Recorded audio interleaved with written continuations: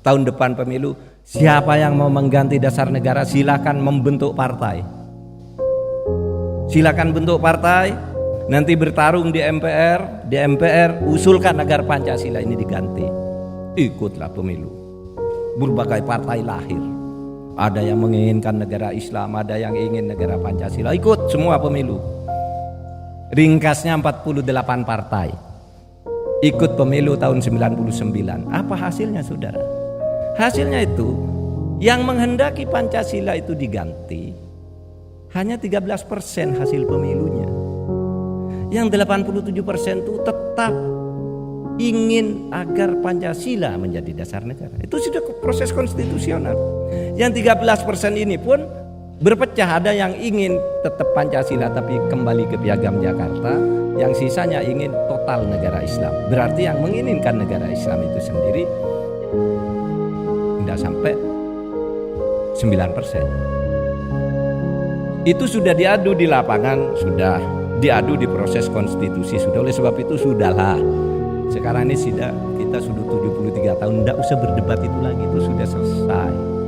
Perdebatan ideologi itu, wawasan kebangsaan kita itu, saudara sekalian, sudah selesai. Sudah disusun oleh Bung Karno, diteruskan oleh pemerintah-pemerintah sebelumnya dengan berbagai caranya, lalu dibuka kerannya oleh Pak Habibie, dan sekarang kita ini sudah merumuskan bahwa Pancasila itu adalah dasar ideologi negara yang tepat, cocok untuk Indonesia. Kok gitu, Pak? Iya kan, sudah memberontak, sudah kalah. Pemilu sudah kalah, lalu mau cara apa lagi?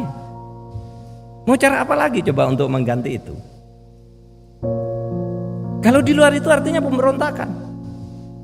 Kalau mau ganti juga boleh, ikut pemilu besok, bikin partai, ikut pemilu. Begitu kesepakatan yang dibangun pada awal tahun 45 ketika kita merdeka. Dan saya, saudara, sebagai orang beragama, sebagai orang Muslim, merasa itu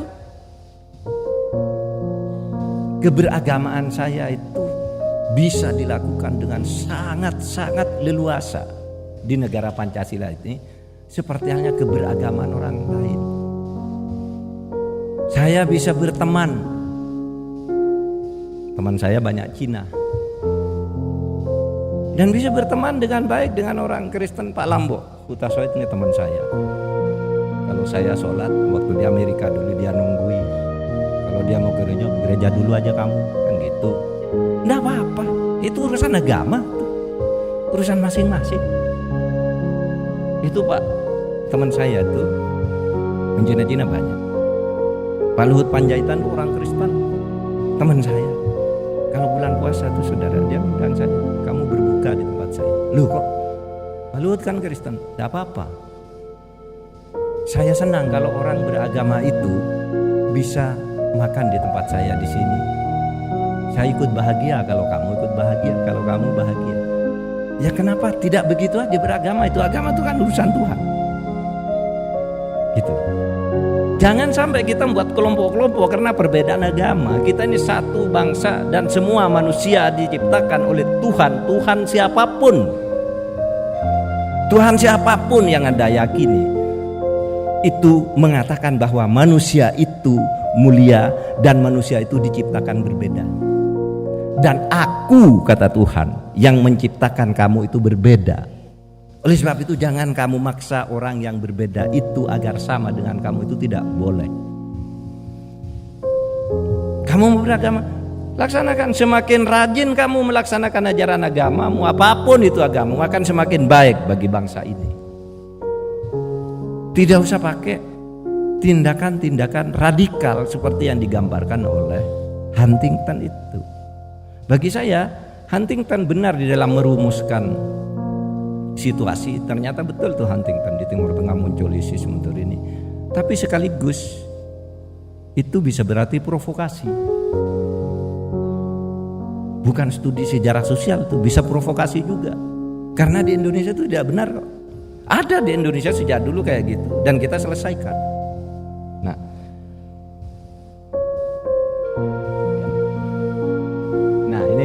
kekecewaan itu sebagai keniscayaan. Nah, saudara, sekarang Pancasila. Saya janjinya itu 30 menit. Sesudah itu dialog. Gini, Pancasila itu mempunyai banyak fungsi. Satu, berfungsi sebagai dasar negara. Kalau sebagai dasar negara, Pancasila itu melahirkan hukum-hukum yang bisa dipaksakan keberlakuannya oleh aparat negara. Peraturan perundang-undangan, undang-undang dasar. Saudara melanggar itu dipaksa oleh negara untuk tunduk. Melanggar undang-undang dipaksa untuk tunduk. Kalau ada konflik seperti hasil pemilu, kembali ke hukum, ada hukum tuh. Pancasila itu mengatur hukum. Ada pengadilan, ada aturan hukum yang sanksinya dipaksakan oleh negara. Tapi ada Pancasila bukan sebagai dasar negara. Pancasila sebagai dasar negara itu misalnya Pancasila sebagai pemersatu, Pancasila sebagai pandangan hidup, Pancasila sebagai kebersamaan dan sebagainya. Itu bukan hukum, tidak bisa dipaksakan oleh negara. Pancasila sebagai etik misalnya. Saudara melanggar Pancasila sebagai etik, tidak ada hukumannya.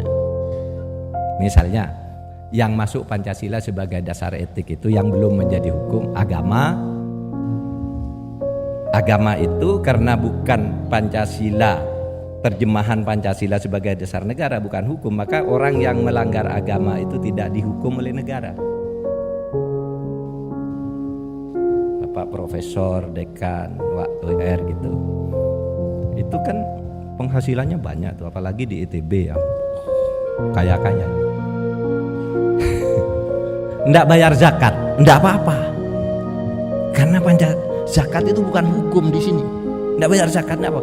Tapi bapak nggak bayar pajak, dikejar bapak oleh negara. Negara yang menegakkan pajak itu hukum, zakat itu bukan hukum. Ini orang yang Islam gitu, lalu tidak berpuasa di bulan Ramadan, tidak apa-apa. Negara tidak boleh memaksa, kamu harus berpuasa, tidak boleh, itu bukan hukum. Tapi kalau saudara mencuri, nah itu hukum, tangkap. Saudara korupsi, itu hukum. Sehingga Pancasila itu bisa sebagai dasar negara, itu aturan-aturan hukum yang harus saudara taati, tapi juga bisa sebagai etik. Misalnya saudara mahasiswa kan, kalau etika Indonesia itu kalau ketemu Pak Wakil Rektor, saya harus pakai baju yang sopan, pakai sepatu, nggak boleh ngerokok gitu. Etika, bukan hukum. Suatu saat saudara ketemu Pak Wakil Rektor, lalu saudara sambil ngerokok hanya pakai kaos, Pak, saya besok nggak masuk ya, gitu. Nggak ada hukumnya itu, nggak apa-apa, nggak melanggar hukum, bukan Pancasila dasar negara. Itu Pancasila sebagai etik, nggak ada hukumannya. Sehingga rektor juga bilang, pergilah kamu, sopan dong dikit. Tapi nggak, seumpama tetap nggak sopan juga, nggak bisa lapor polisi, nggak bisa, karena itu bukan hukum. Nah disitulah kemudian Pancasila sebagai hukum dan Pancasila sebagai pedoman etik itu ketemu di dalam perilaku kita. Sekarang ini sudah ada gejala bikin hoax gitu ya, berita-berita bohong, memfitnah orang. Dan sekarang teknologi sekarang itu kan gampang sekali ya. Misalnya saya begini, kemarin saya melihat orang berpidato bahwa memilih Jokowi itu haram, direkam ini, lalu dibuang. Kemarin saya melihat orang berpidatonya itu dibuat viral. Pak Mahfud bilang memilih Jokowi itu haram, dipotong. Itu hoax. Dan sekarang banyak yang seperti itu.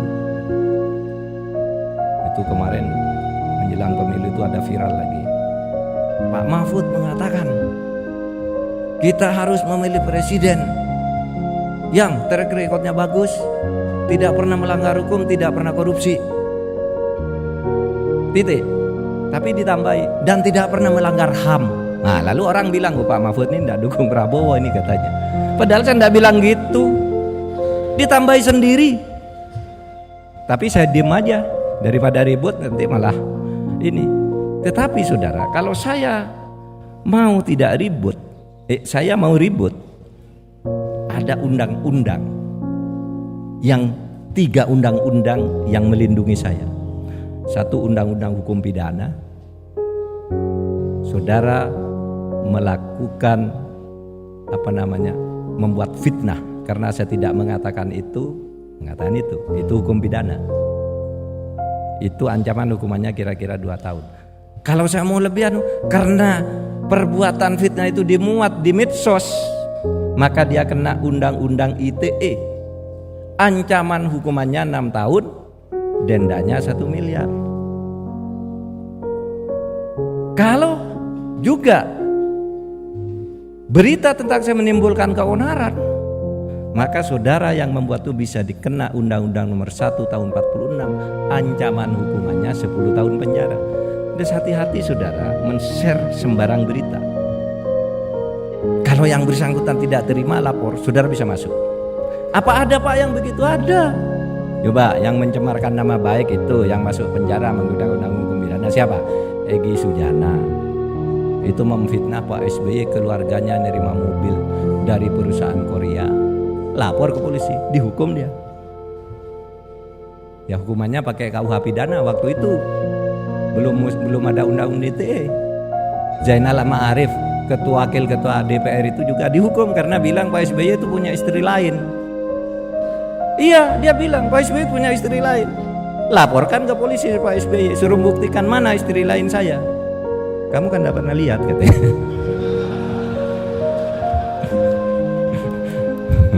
Nggak bisa nunjukkan lihatnya, dihukum dia.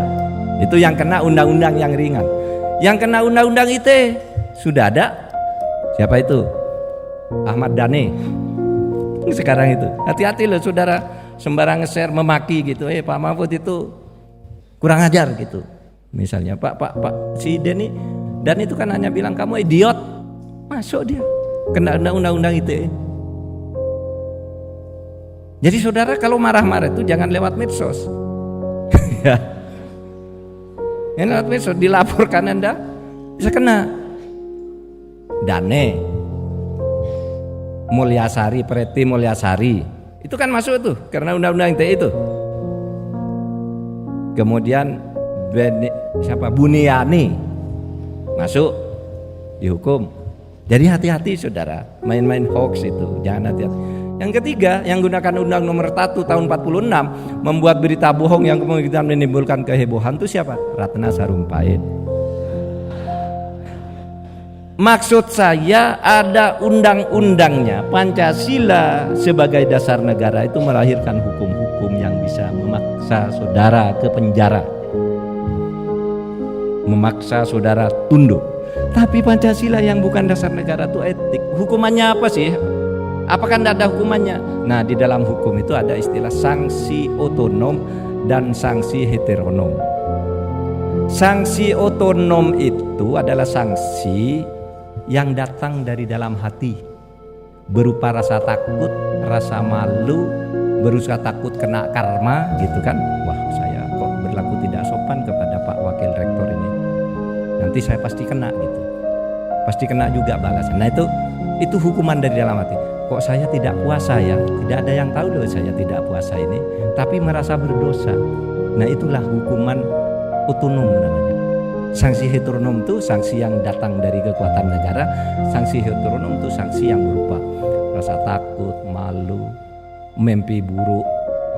Mimpi buruk itu kadang-kala kalau saudara berbuat salah kan kebawa mimpi itu. Ada katanya kalau orang Jawa tuh kamu pernah punya janji tapi kamu ingkar janji. Apa? Mimpi dikejar-kejar ular. Kan beda dengan mimpi dikejar-kejar siapa ya? Bintang film yang cantik sekarang siapa? Mimpi dikejar-kejar Via Valen misalnya.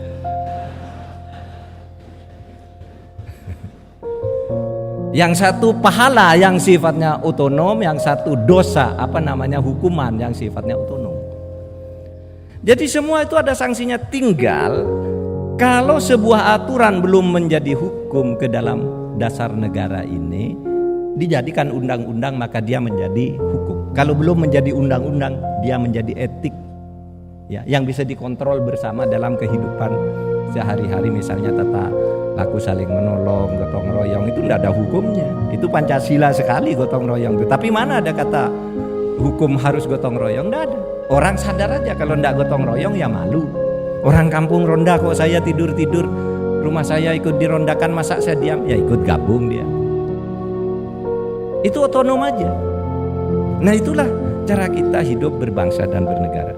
Nah saudara, saya akan masuk ke bagian akhir biar ada waktu. Begini, saudara, sekarang ini tantangan kita untuk menjaga ikatan kebangsaan tadi yang nyaman hidup di Indonesia itu, pertama sekarang ini munculnya radikalisme itu menurut saya itu gerakan yang menumpang dari fakta tentang terjadinya ketidakadilan di negeri ini. Sampai dengan saat ini kita masih melihat hukum itu masih tebang pilih. Hukum itu bisa dipesan, saudara. Oleh sebab itu kemiskinan kemudian menjadi besar. Indeks Gini rasio kita itu, indeks Gini rasio itu jarak gap antara orang kaya dan orang miskin. Sekarang ini 3,8 kata, 3,85 lah. Dulu pernah sampai 4,15. Teori sosialnya mengatakan kalau indeks Gini rasio di negara-negara sekelas Indonesia, Asia Afrika itu mencapai 0,500, bubar negara atau pemerintahnya runtuh atau negaranya pecah. Nah, Indonesia sudah pernah 0 sampai 415. Libya, Mesir itu 0,435 runtuh. Tunisia runtuh. Indonesia sudah 0,415. Sekarang alhamdulillah sudah turun ke 0,385. Dulu zaman Pak Harto itu indeks Gini rasio itu hanya 0,200, saudara. Sekarang sudah naik begitu. Apa? Ketidakadilan. Karena apa? Sekarang ini hukum, orang bisa pesan, tolong tuh dijadikan tersangka katanya, bayar. Orang tidak salah dijadikan tersangka. Yang salah, yang seharusnya jadi tersangka itu diselamatkan. Oh, tidak ada bukti, tidak cukup 2 alat bukti katanya. Nah ini yang menyebabkan orang kemudian, loh kalau begitu negara gimana? Ada orang gerakan radikal, kamu ini diperlakukan tidak adil, kamu ini miskin, ayo ikut saya aja berontak. Itulah cikal bakal radikalisme itu. Ada ideologinya sedikit yang mengatakan bahwa negara Pancasila ini kafir, harus diganti dengan negara khilafah. Itu ada memang sedikit, tapi yang lain ikut numpang karena ingin protes, bukan ikut ideologinya sebenarnya. Sehingga saya katakan ke depan kita membangun wawasan kebangsaan kita itu dengan apa? Menegakkan hukum dan keadilan. Bung Karno dulu menegakkan nasionalisme itu dengan perang, membentuk tentara, melakukan gerilya. Jenderal Sudirman pakai bambu runcing sehingga ada lagu bambu runcing itu membangun nasionalisme di saat itu, karena kita bersatu melawan penjajah. Sekarang musuh kita itu bukan penjajah, pejabat-pejabat kita sendiri. Pejabat kita sendiri yang mau sogok, mau korupsi, mau apa macam-macam. Dan saudara hati-hati, negara ini tergantung pada saudara. Mau atau tidak mau, saudara akan memimpin negara ini sebentar lagi. Paling ya 1 dasawarsa, 2 dasawarsa ke depan udah saudara semua. Yang generasi saya sudah pensiun, mungkin banyak yang sudah mati juga, saudara. Nah jadi saudara sekarang bangun, kalau saudara cinta kepada bangsa ini, karena bangsa ini adalah masa depan saudara dan masa depan saudara adalah bangsa ini. Camkan dari sekarang bahwa saya akan menjaga bangsa dan negara ini dengan menegakkan keadilan. Karena dengan keadilan, orang itu miskin bersama tidak bakalan marah, saudara. Tidak apa-apa. Coba dulu, zaman Bung Karno itu orang miskin bersama, wah bangga jadi Indonesia. Tapi kalau miskin karena dibohongi, nah itu yang menimbulkan masalah.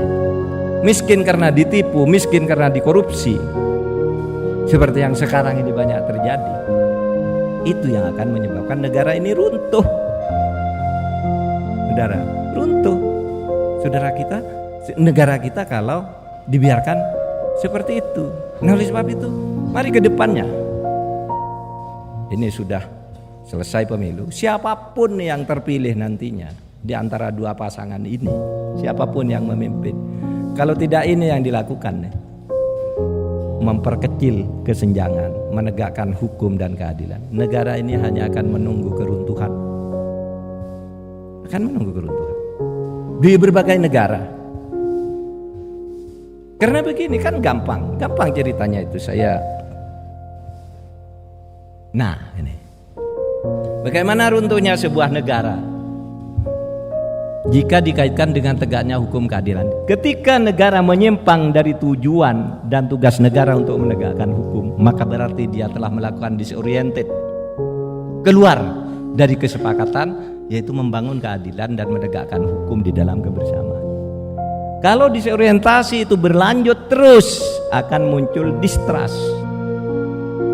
Orang nggak percaya. Itu Pak itu berpidato gini-gini itu bohong, nggak percaya. Distrust.